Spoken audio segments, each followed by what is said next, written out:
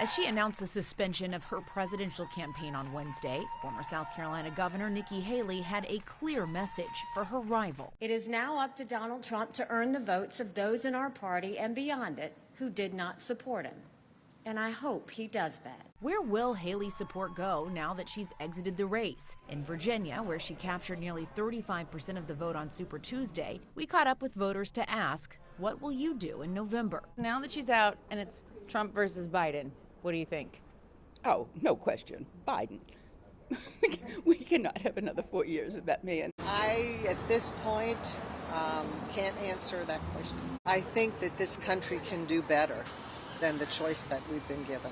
And I don't know how we can change that, but I think it's going to be a lot of difficult, thoughtful, for people to decide what to do in the future. I think people are looking closely, at the vice presidential candidate because it's a very probable possibility that they will be president by the end of the 4 years. So far, the former president has offered little in the way of an olive branch to Haley or her supporters, writing on social media, quote, Nikki Haley got trounced last night in record-setting fashion after weeks of lobbing insults in their direction. Nikki Haley has made an unholy alliance with rhinos, never-Trumpers.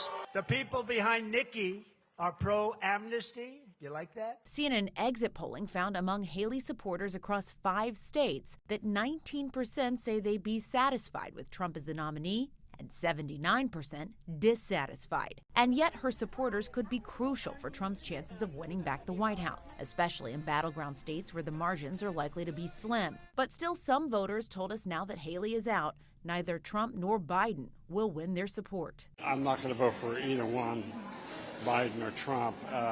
I'd love to vote for her again. He's just lost me in this past few years, and it's mostly his attitude about foreign policy and Ukraine and the chaos. Biden, I just think, is not fit for office. I think it is not a sure thing that Donald Trump is going to win the general election because if you're a voter like myself, I'm going to write her in.